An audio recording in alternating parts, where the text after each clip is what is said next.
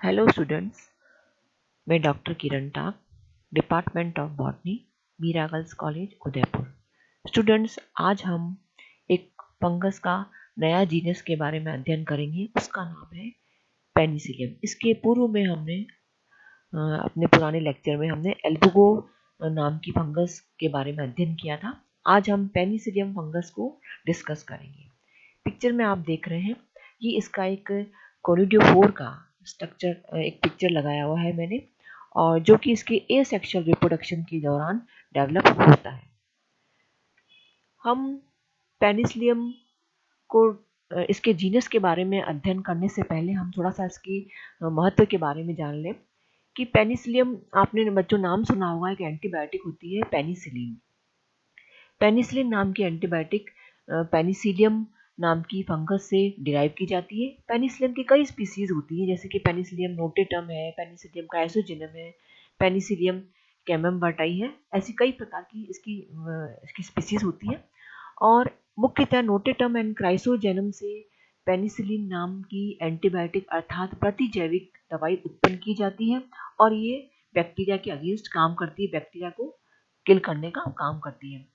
तो पेनिसिलियम शब्द जो है, इस जीनस का नाम पेनिसिलियम इसलिए रखा गया क्योंकि यह एक लैटिन भाषा के शब्द पेनिसिलस, जिसका इंग्लिश मीनिंग होता है ब्रश के समान, अर्थात आर्टिस्ट ब्रश या पेंटर ब्रश की तरह दिखाई देता है इसका जो कोनिडियोफोर है। तो इसका नाम क्यों पड़ा? क्योंकि इसके जो एसेक्सुअल रिप्रोडक्शन के दौरान जो कोनिडियोफोर का डेवलपमेंट होता है, उसके ऊपर कोनिडिया का डेवलपमेंट होता है। तो एसेक्सुअल रिप्रोडक्शन के दौरान जो कोनिडिया बनते हैं, और जो कोनिडियोफोर होता है वो एक पेंटर के ब्रश की तरह दिखाई देता है, पेंटर की कूंची की तरह दिखाई देता है, इसलिए इसका नाम क्या रखा गया है? पेनिसिलियम रखा गया है। इस फंगस को कॉमनली ब्लू या ग्रीन मोल्ड भी कहते हैं, क्योंकि इसमें एसेक्सुअल स्पोर्स जब बनते हैं एसेक्सुअल रिप्रोडक्शन के दौरान, तो उनका कलर, वो कलर्ड स्पोर का डेवलपमेंट होता है, और जो कॉलोनी बनती है स्पोर्स की, वह ब्लू और ग्रीन कलर की दिखाई देती है, इसलिए ब्लू और ग्रीन मोल्ड भी इसको कहा जाता है। Penicillium, it is an important genus in the ascomycetes. और एस्कोमाइसिटीज शब्द इसलिए, एस्कोमाइसिटीज का एक मुख्य कैरेक्टर है जो कि मैंने आपको इसकी क्लासिफिकेशन जब आपको पढ़ाया था एलिक्सोपोलिस एंड मीम्स का, तब बताया था कि एस्कोमाइसिटीज का इंपॉर्टेंट कैरेक्टर है, इसमें एस्कस का निर्माण होता है, और एस्कस के अंदर एस्कोस्पोर्स का निर्माण होता है, और माइसिलियम इसके अंदर, अर्थात जो फंगल तंतु हैं वो कैसे होते हैं? ब्रांच होते हैं और सेप्टम वाले होते हैं, पट वाले इसमें होते हैं। पेनिसिलियम का एक बहुत बड़ा आर्थिक महत्व अभी मैंने आपको बताया। तो ये एक प्रकार की सेप्रोफाइटिक फंगस होती है, और सड़े गले जो मृत पदार्थ होते हैं, सड़े गले सब्जियां हैं, फलों पर ये एक विशिष्ट प्रकार की नीली हरी कॉलोनी बनाते हैं। इसका ऐतिहासिक महत्व भी है। इसको अलेक्जेंडर फ्लेमिंग ने पहली बार इसको खोजा था, और उनकी खोज एक एक्सीडेंटल हुई थी। एक्चुअल में वो एक साइंटिस्ट थे अलेक्जेंडर फ्लेमिंग, और स्टेफाइलोकोकस ओरियस नाम के बैक्टीरिया पर अपना अध्ययन कर रहे थे। एक बार ऐसा हुआ कि वो कल्चर प्लेट में आर्टिफिशियल तरीके से लैब में इसको संवर्धन कर देते स्टेफाइलोकोकस ओरियस को, जो कि एक प्रकार का बैक्टीरिया होता है। वो अपने कल्चर प्लेट में इसको संवर्धन कर रहे थे, और उन्होंने अपनी कल्चर प्लेट लैब में रख रखी थी, और वो कुछ समय के लिए छुट्टियों में अपनी छुट्टियां बिताने फैमिली के साथ बाहर गए। वापस जब लौटे तो उन्होंने देखा कि उनकी जो कुछ समय पहले, जो उन्होंने महीने भर पहले जो कल्चर प्लेट छोड़ के गए थे, उसके अंदर स्टेफाइलोकोकस की जो कॉलोनी थी वो तो नष्ट हो गई, और उसकी जगह कुछ नई प्रकार की कुछ उसमें तंतु दिखाई दिए, और बाद में पता चला कि वो तो एक प्रकार की फंगस थी, और उस फंगस की ग्रोथ उसमें हो गई, और बैक्टीरिया की जो कॉलोनी थी वो नष्ट हो गई। फिर उन्होंने देखा कि भाई ये ऐसा कौन सी फंगस है जिसकी वजह से बैक्टीरिया की कॉलोनी को उसने रोक दिया है, किल कर दिया है। बाद में उस फंगस का, जिसको कि नाम उन्होंने बाद में पेनिसिलियम जाना गया, उस फंगस का सब एक्सट्रैक्ट निकाल के ये पता लगाया कि उसके अंदर ऐसा केमिकल होता है लाइसोजाइम, जो कि बैक्टीरिया की कॉलोनी को नष्ट कर देता है, अर्थात बैक्टीरिया की सेल वॉल को नष्ट कर देता है और बैक्टीरिया को नष्ट कर देता है। तो उन्हें पता लगा कि तब से ही पता लगा कि हम इस फंगस से ऐसा केमिकल प्राप्त कर सकते। उन्होंने बाद में इस फंगस से एक केमिकल प्राप्त किया और यह बताया कि यह केमिकल जो है वो बैक्टीरिया को किल करने के लिए काम कर सकता है, अर्थात एंटीबायोटिक प्रतिजैविक के रूप में इसको यूज किया जा सकता है, और उसका नाम उन्होंने नाम दिया पेनिसिलिन। इस प्रकार से पेनिसिलिन की खोज हुई और इसी वजह से इस खोज के कारण इनको साथ में 2 साइंटिस्ट और भी थे और उनके साथ में इनको फ्लोरे एंड चेन के साथ में, मतलब तीनों साइंटिस्ट 1945 में फ्लोरे, चेन एंड अलेक्जेंडर फ्लेमिंग को मेडिसिन के अंतर्गत इनको एक नोबेल प्राइज दिया गया। क्यों दिया गया? क्योंकि इन्होंने एक पेनिसिलिन नाम की एंटीबायोटिक की खोज की थी। तो ये तो हुआ इसका थोड़ा सा हिस्टोरिकल बैकग्राउंड। और ये जो कॉमन स्पीसीज आपको बताई मैंने, इसकी कई सारी स्पीसीज है, लेकिन ये जो कॉमन स्पीसीज है वो अधिकतर पाई जाती है। ये जो पिक्चर आपको दिखाई दे रही है, this is the photograph of branched conidiophore, जो कि कलर्ड कर रखा है इसको, इसमें दिखाई दे रहा है आपको। तो ये ऊपर की तरफ आपको कोनिडिया दिखाई दे रहे हैं। अब हम इसकी सिस्टमेटिक पोजीशन अर्थात इसके वर्गीकरण के बारे में अध्ययन करते हैं। हम यहाँ पर एलिक्सोपोलस एंड नीम्स का क्लासिफिकेशन फॉलो कर रहे हैं 1979 में, जो कि मैं आपको अपनी वीडियो में पढ़ा चुकी हूँ पहले। इसका सुपर किंगडम यूकैरियोटा है, क्योंकि इसमें यूकैरियोटिक मतलब इसमें न्यूक्लियस पाया जाता है इनकी सेल में, इसलिए इसको यूकैरियोटा में रखा गया। किंगडम इसका सब अलग कर दिया गया है, प्लांटी में नहीं रखा है, इसको अलग कर दिया है, और एक फंजाई का अलग से किंगडम जिसका नाम है माइसिटी, उसके अंदर इसको प्लेस किया गया है। इसका डिवीजन है ए मेस्टिकोमाइकोटा और सब डिवीजन है इसके अंदर ए एस्कोमाइकोटिना। ए मेस्टिकोमाइकोटा का मतलब इसमें चल कोशिकाएं अर्थात मोटाइल सेल्स इसमें नहीं पाई जाती हैं। एस्कोमाइकोटिना इसलिए रखा गया कि इनके अंदर एस्कस का निर्माण होता है, एस्कस के अंदर एस्कोस्पोर्स का निर्माण होता है और इनके माइसिलियम सेप्टेट होते हैं, पट वाले होते हैं। इसके अंदर एक ही क्लास है एस्कोमाइसिटीज, और एस्कोमाइसिटीज को फिर सब क्लासेस में डिवाइड किया, 2 सब क्लासेस में डिवाइड किया है इसे। तो एक तो हेमी एस्कोमाइसिटिडी एंड यू एस्कोमाइसिटिडी। हेमी एस्कोमाइसिटिडी में जो एस्कस का निर्माण होता है वो डायरेक्ट ही होता है, उसमें कोई भी एस्कोजिनस हाइफी का निर्माण नहीं होता है, एस्कोकार्प नहीं बनते हैं, थोड़ी एडवांस टाइप की है। तो यू एस्कोमाइसिटिडी जिसके अंदर एस्कस का निर्माण एस्कोकार्प में बनता है, और ऐसा ही हमेशा इसकी यूनी या बाइट ट्यूनिकेटेड अर्थात वॉल वाली होती है। अलग अलग इसमें सीरीज है फ्लेक्टोमाइसिटीज जिसके अंदर की एस्कोकार्प, अर्थात ये हम आपको अलग से बताएंगे कि एस्कोकार्प एक प्रकार की फलन का संरचना है, फ्रूटिंग बॉडी है, जो कि इसके अंदर सेक्सुअल रिप्रोडक्शन के दौरान बनती है, और वह फ्रूटिंग बॉडी क्लिस्टोथीशियम कहलाती है, जिसके अंदर जो ऐसा ही बनते हैं, अर्थात जो एक वेसिकल रूप में एक थैली टूमा स्ट्रक्चर होता है, सैक लाइक स्ट्रक्चर होता है, जिसके अंदर एस्कोस्पोर्स का निर्माण होता है, और ये ऐसा ही इसके अंदर बिखरी हुई होती है। ऑर्डर इसका यूरोशियल्स है। यूरोशियल्स की अधिकतर जो फंजाई है वो सैप्रोफिटिक होती है, अर्थात मृत सड़े गले सब्जियां, फलों, इन पर पाई जाती है, और इसको कल्चर भी करते हैं, और इसको इसके स्पोर्स के आधार पर इसको ब्लैक, ग्रीन और ब्लू मोल्ड भी कहा जाता है, और क्लिस्टोथीशिया इसमें डायरेक्टली माइसीडियम पे डेवलप होते हैं। देन इसकी फैमिली यूरोशियसी है, जिसमें यूरोशियसी फैमिली का इंपॉर्टेंट कैरेक्टर है कि इसमें अधिकतर जो फंजाई है उनके अंदर ए सेक्शुअल रिप्रोडक्शन मोस्ट कॉमन होता है, और सेक्शुअल रिप्रोडक्शन बहुत रेयर में पाया जाता है। नाउ जीनस इसका है पेनिसिलियम, और पेनिसिलियम के अंदर भी ए सेक्शुअल रिप्रोडक्शन जो कोनिडिया के द्वारा होता है वो रेयर होता है, और पेनिसिलियम की कुछ ही स्पीसीज में सेक्शुअल रिप्रोडक्शन ज्ञात है, उसको हम अध्ययन करेंगे। अब हम देखते हैं इसका वेजिटेटिव स्ट्रक्चर, अर्थात इसकी काई संरचना के बारे में इसका अध्ययन करते हैं। इसके अंदर माइसिलियम अर्थात जो हाइफी है, तंतु है, माइसिलियम आपको पता ही है कि खूब सारे जो हाइफी मिलके एक जाल बनाते हैं जिसको हम कवक जाल कहते हैं, और कवक जाल मतलब माइसिलियम। तो इसका कवक जाल अर्थात माइसिलियम बहुत ज़्यादा शाखित होता है, सेपरेट होता है, पट वाला होता है, और इसकी जो सेल्स होती है उनकी वॉल थिन होती है, और उसके अंदर या तो एक न्यूक्लियस हो सकता है या मल्टी न्यूक्लियट कंडीशन भी पाई जा सकती है।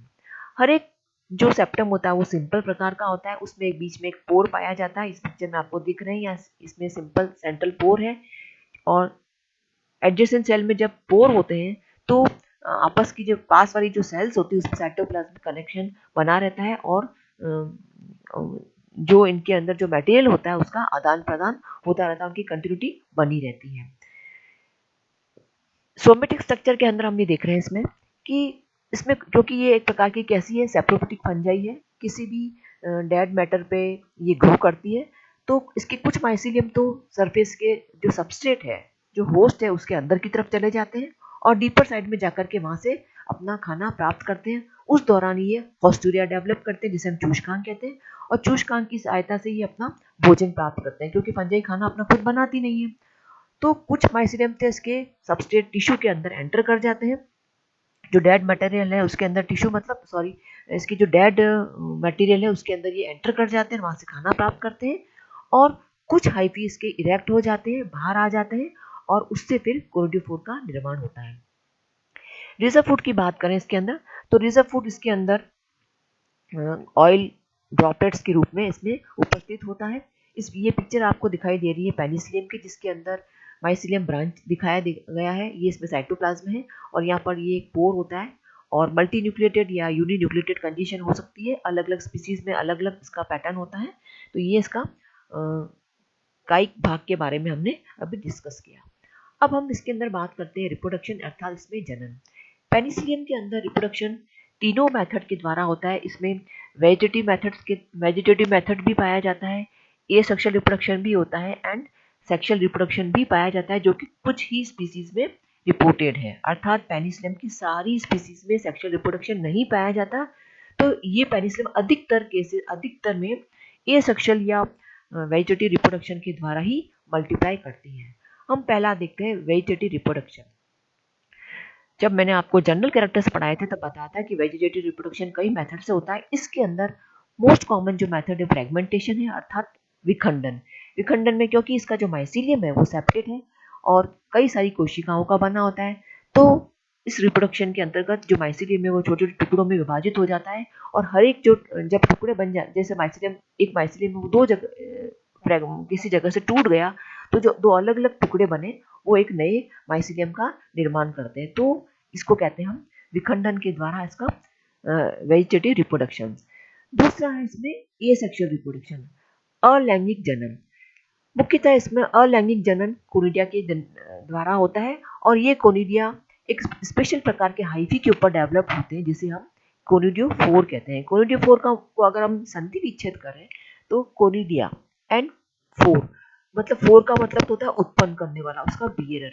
तो वह माइसीलियम जिसके ऊपर कोनिडिया का डेवलपमेंट होता है, कोनिडिया जिसपे उत्पन्न होते हैं, उसे हम क्या कहते हैं, कोनिडियोफोर। तो कोनिडियोफोर क्या है, एक सिंपल माइसीलियम है लेकिन जिसके ऊपर ये सेक्शुअल स्पोर का निर्माण होता है, इसलिए उसको कोनिडियोफोर कहते हैं।